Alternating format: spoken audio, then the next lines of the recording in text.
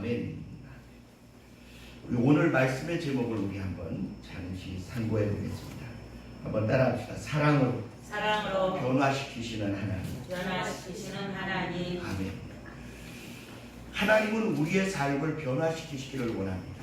어떻게 변화시키기를 원하느냐? 이사야서에 보니까 나의 창조한 자를 오게 하라, 또는 내가 그를 조성하리라, 이렇게 말씀합니다. 이 창조는 기본 물질이 되고, 조성은 그것을 사람이 되게 하느냐 짐승이 되게 하느냐의 구별이라고 봅니다. 우리가 사람으로 세상에 태어났어요. 그렇지만 사람으로 태어났다고 해서 사람이 다 사람이냐? 아니요. 짐승 같은 사람들이 있어요. 그런데 하나님은 우리를 이 땅에 보내놓고 우리에게 예수 그리스도를 보내어주시고는 내 아들 예수 그리스도의 모습으로 너희의 삶이 변화받기를 원하신다고 우리에게 명령하고 계십니다. 우리 한번 따라합시다. 하나님은 나의 삶이 예수 그리스도를 본받아가기를 원하십니다. 아멘. 옆에 있는 분을 축복합시다. 당신에게서 예수의 향기가 나고 예수의 모습이 드러나고 예수의 생명이 흘러나가기를 주의 이름으로 축복합니다. 아멘. 하나님이요, 우리의 삶을 다 치료하기를 원하시는데 특히 자기의 특별히 사랑하는 자들을 치유하기를 원하십니다. 오늘 우리가 읽은 야복 강가에 씨름하던 야곱의 모습은 야곱의 일생의 삶에 아주 중요한 전환점이 되어져요. 우리의 삶에도 중요한 삶의 전환점이 오는데 그때가 언제냐 하면 예수 그리스도로 우리의 삶이 바꾸어질 때입니다. 이것을 중생이라 말하고 거듭남이라 말하고 또는 성령 충만함을 받은 때라 이렇게 말하고 있습니다. 다윗의 삶의 중요한 인생의 전환점이 언제냐 그렇게 묻는다면 다윗의 삶의 중요한 인생의 전환점은 엔게디 굴 속에서 자기의 손으로 사울 왕을 죽일 수 있느냐 없느냐에 관하여 스스로 자기의 욕심을 포기하고 하나님의 기름 부은 자를 존중히 여기는 그때를 다윗의 삶의 가장 중요한 영적 전환점으로 보는 것입니다. 그래서 여러분, 다윗의 또 다른 전환점 하나가 더 있는데 그건 뭐냐 하면 자기가 우리아의 아내로 범죄하고 깨닫게 되어진 때이기도 합니다. 바로 그때가 언제냐 이렇게 묻는다면 우리가 성경의 시편을 읽으면 거의 절반이 다윗의 시로 되어 있어요. 근데 다윗의 시 중에는 두 가지 성격이 나타납니다. 하나는 불의하고 악한 자들을 하나님이 처벌하시고 그들을 진멸해 주실 것을 요구하는 부분이 나타나 있기도 하고, 어느 성경은 또 가면 그 악한 자들을 불쌍히 여기시고 그들을 변화시켜 주실 것을 부드럽게 요구하는 부분도 나타납니다. 왜 동일인인 다윗이 똑같이 쓴 시인데 이렇게 성격이 다르냐 이렇게 묻는다면 본인이 범죄하고 나서 범죄한 자들의 입장에 서서 보니까 그걸 다 진멸시키면 자기도 멸망당해야 마땅한 사람의 범주에 들어가게 됩니다. 그래서 다윗의 시는 아주 중요한 두 가지의 봉우리가 있는데, 하나는 거짓과 불의와 악행과 사람의 규율로 사는 자들을 강력하게 처벌하고 진멸하실 것을 요구하는 때는 그의 젊었을 때였어요.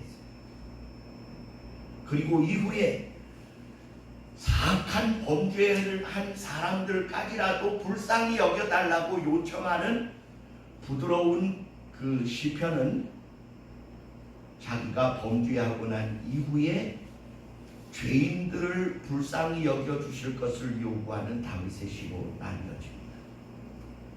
그런데 이 야곱의 삶의 아주 중요한, 영어로 터닝 포인트라고 하는데요, 이 전환점이 언제냐면 약복 나루터입니다. 브니엘이라고 나중에 그곳의 이름을 바꾸게 되는데, 약복강에 나루터가 있어요. 강을 건너야 되니까 배를 타야만 되는 곳이 있었어요.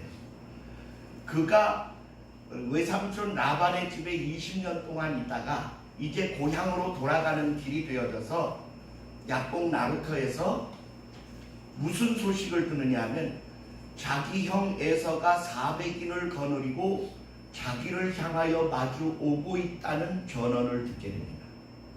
그런데 야곱의 마음속에 말할 수 없는 두려움과 걱정이 밀려오기 시작했어요.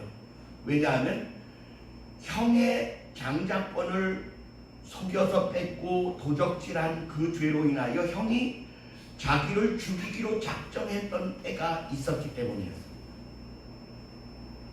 그래서 형에게 자기의 때의 절반을 떼어서 앞장서 보내면서 그 일꾼들에게 말하기를, 이게 누구의 때냐 묻거든 나의 주 야곱께서 그 주 되신 형 에서에게 보내는 선물입니다. 그렇게 말하라고 명령을 해요. 그렇게 해놓고는 그 다음 때로는 자기가 덜 사랑하는 여종의 아들들과 여자들을 보내요. 그리고 나서 맨 마지막에는 자기가 사랑하는 라헬과 레아의 식구들까지 강을 건너놓고 자기는 건너가지 않습니다. 왜 그랬을까요? 혹시라도 형이 저 앞에서부터 자기를 치기 위하여 그 식구들을 죽이며 온다면 나 혼자라도 도망가서 살겠다, 그런 생각으로 마지막까지 그는 강을 건너지 않았습니다. 그리고는 그가 하나님을 향하여 이렇게 기도해요. 하나님이여, 베델에서 나를 만나주신 주께서 나로 평안히 고향에 돌아올 수 있게 해주시겠다고 약속하셨는데 내가 지금 심히 고민하게 되었습니다. 나의 형이 400인을 거느리고 나를 맞으러 온다는데 어찌하면 좋겠습니까? 그리고는 어떤 사람 하나를 만나서 씨름을 하는데, 여러분, 야곱은 힘이 장사였어요.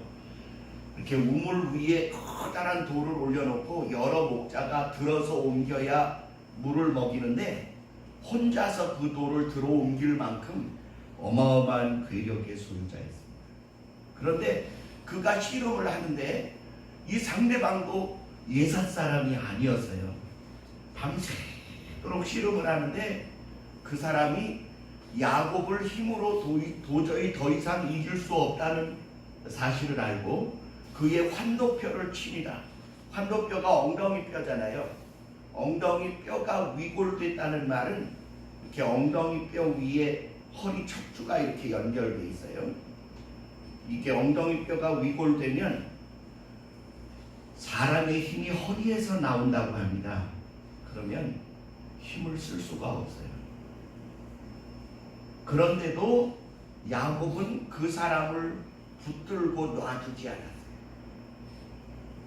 힘을 쓸 수 있는 상태는 아니지만 붙들고 놔주지 않았어요.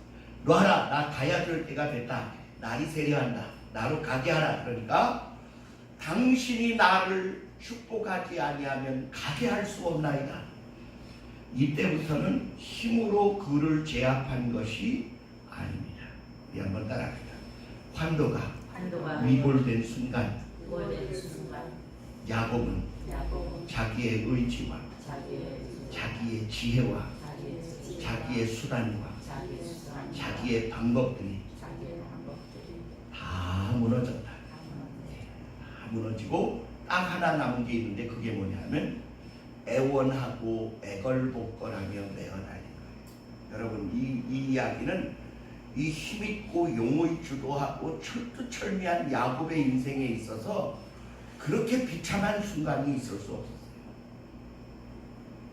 자존심 다 내려놓고 이제 목숨이 죽느냐 사느냐, 내 가족이 망하느냐 마느냐에 관한 아주 절체절명의 순간에 그분을 붙들고 뭐라고 말하냐면, 당신이 나를 축복하지 아니하면 가게 할 수 없나이다. 매어 달린 것입니다. 어떤 분들은 말하기를 하나님과 겨루어 이겼다고 하니까 야곱이 힘으로 그를 제압해서 축복을 따냈다 이렇게 말합니다. 아니에요. 그것은 성경을 제대로 이해하는 게 아닙니다.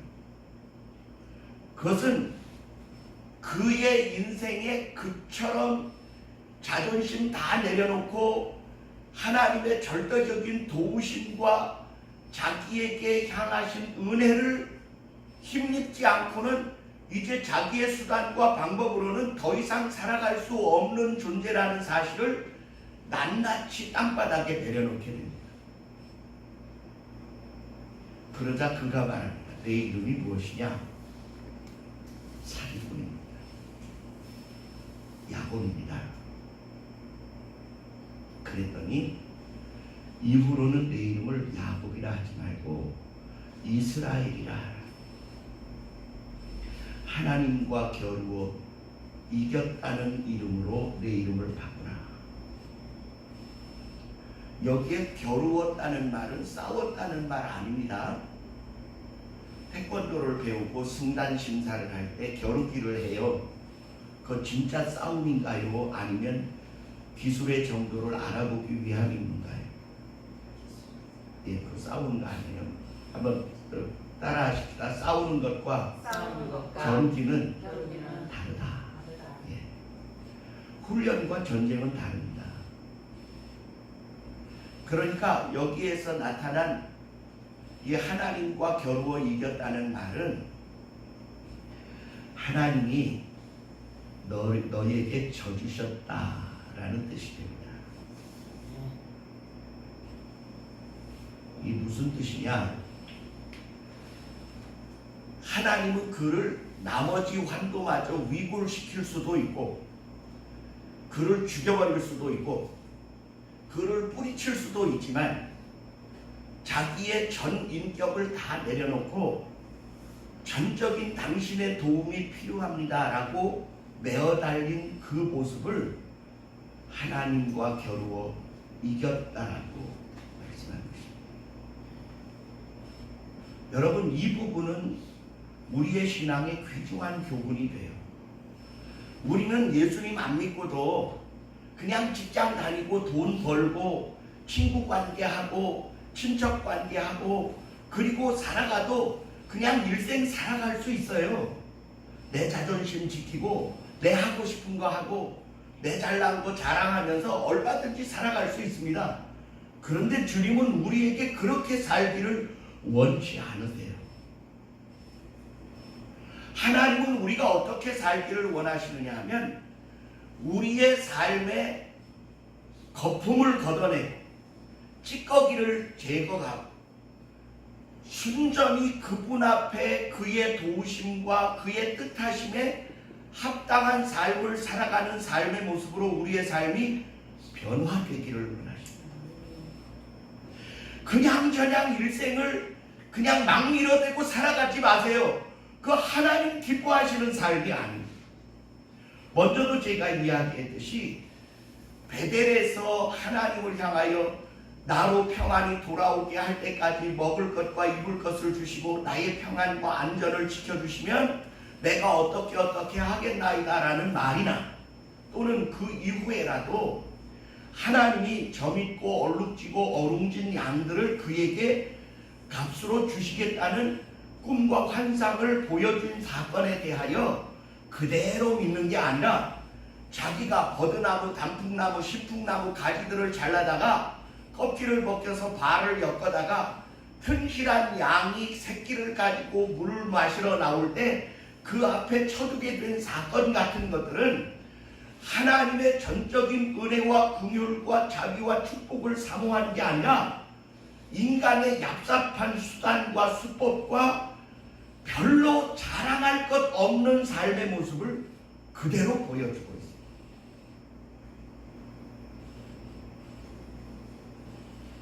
형을 속여먹고 아버지를 속여먹고 그리고 라반의 양떼를 인간적 수법으로 자기의 것을 만드는 그러한 행위들이 하나님의 사람 야곱의 삶의 속에 그대로 머물러 있기를 원치 않으셨습니다. 그래 그분은 그의 야곱의 삶의 절체절명의 순간을 그의 앞에 두고 그와 씨름하며 그의 삶에 감추어져 있던 인간적인 찌꺼기와 미련함과 어리석음과 사악함과 얍삽함과 인간의 수단과 방법들의 찌꺼기들을 그 자리에서 소멸시키기를 원하셨어요.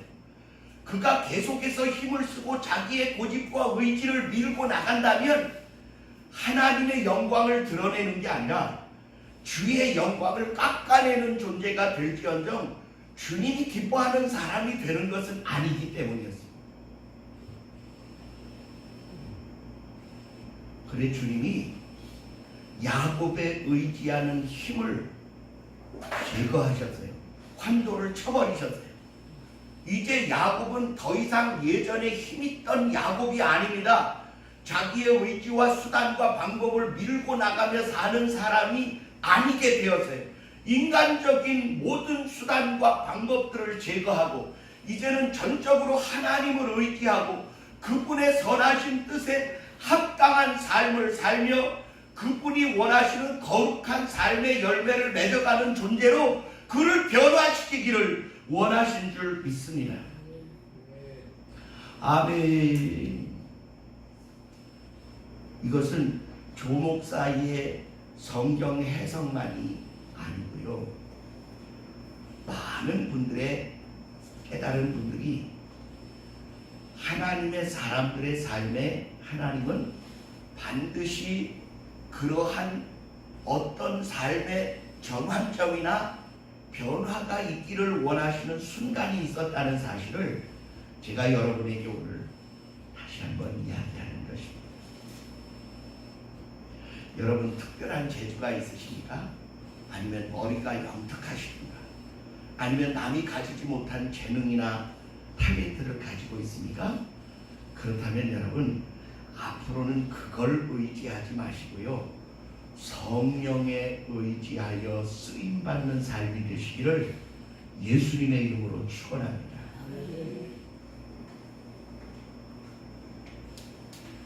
자, 이 야곱의 이 얍삽한 사악함을 제가 다시 한번 설명하죠. 형이 자기를 죽이러 올지도 모르는 400명을 데리고 와요. 그래서 선물을 앞에 보내요. 덜 사랑하는 가족을 그 다음에 보내요. 그리고 자기가 사랑하는 아내와 자식들까지 강을 건너 보내요. 그리고 자기가 건너요, 안 건너요? 이것은 야곱이 착해 보입니까? 악해 보입니까? 지혜로워 보여요? 슬기로운 거예요? 아니요. 얼마나 용이 주도한지 자기가 사랑하는 가족과 자식들까지 희생을 하더라도 만약의 사태에 나는 도망가겠다. 여러분 하나님의 사람이 이 땅의 사고방식을 가지고 하나님의 축복을 계속 누리며 살겠다. 하나님 기뻐하실까요? 안 기뻐하실까요? 안 기뻐합니다. 그래 하나님이 손을 보신 겁니다. 이런 야곱의 약삭 빠르고 아주 용의 주도한 그 인간적인 그 악함을 쳐서 깨버리셨어요. 너 내 힘을 의지하냐? 내 머리를 의지하냐? 너의 수단과 수법과 야기한 수를 네가 의지하여 계속 살려느냐? 그러면 네가 나를 섬기는 내 백성으로 살기를 원하느냐? 아니요. 하나님 그런 분 아니십니다. 우리 한번 따라. 하나님 참되시고 신실하시고 순전하시고 순전하시고 온전하신 분이십니다. 온전하신 분이십니다. 그러면 그분을 닮아가야 할 우리의 삶은 어때야 할까요? 우리도 그분을 닮아야 돼요. 바울 사도는 빌립보서에서 말하기를 하나님의 온전하심과 같이 너희도 온전하라. 예, 우리는 예수 그리스도를 닮아가고 그분의 삶이 우리의 삶에 배어들기를 원합니다. 내가 특출한 재능과 능력이 있어서 돈 잘 버는 어떤 것이 있어서 그것을 하나님보다 더 의지하기를 원한다면 그거 우상이 되는 것이고요. 그 사람 하나님이 원하는 순전하고 진실한 사람으로 변화될 수 없는 근거가 그 재능일 수 있어요.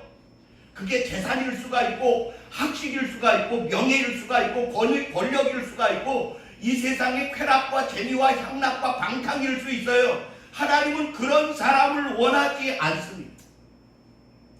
자기가 사랑하는 사람이 일평생 쩔뚝거리며 다닐지라도 하나님이 요구하시는 삶의 열매를 맺는 사람으로 살아가기를 원하십니다. 아멘. 2번 아멘. 세 번 아멘. 억지로라도 아멘. 강제로라도 아멘.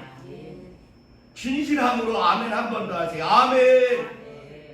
예, 이게 하나님이 야곱을 사랑으로 변화시키는 모습. 자, 이 사람이 쩔뚝발이가 됐어요.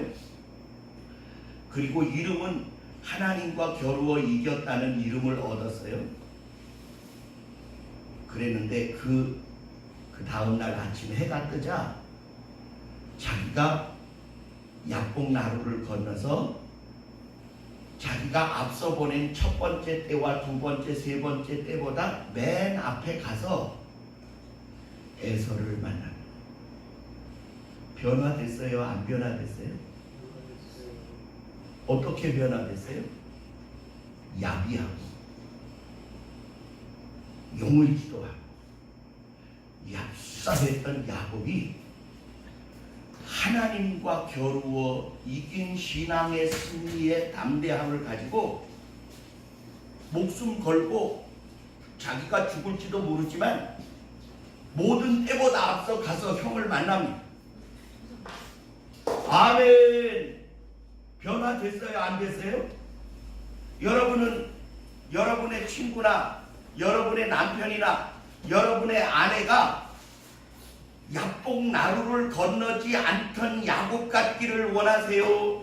아니면 쩔뚝발이가 돼서 약복 나루를 건너서 모든 때보다 앞장서 죽기를 각오하고 나아간 그런 야곱을 친구 삼기 원하세요?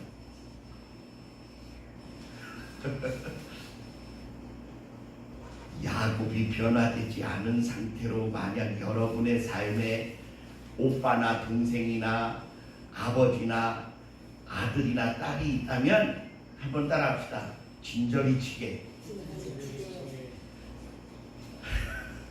진저리 치게 싫을 거예요. 왜냐하면 그 똑똑하고 잘나고 용을 주도한 모습으로 여러분의 유익을 탈탈 털어먹을 것이기 때문에. 그런데 변화되고 난 다음에 야곱을 보세요. 절뚝발이지만 변화됐어요. 하나님을 의지해요. 그래서 모든 위험을 자기가 감당하고 앞장서 나아가 형 에서를 만나요.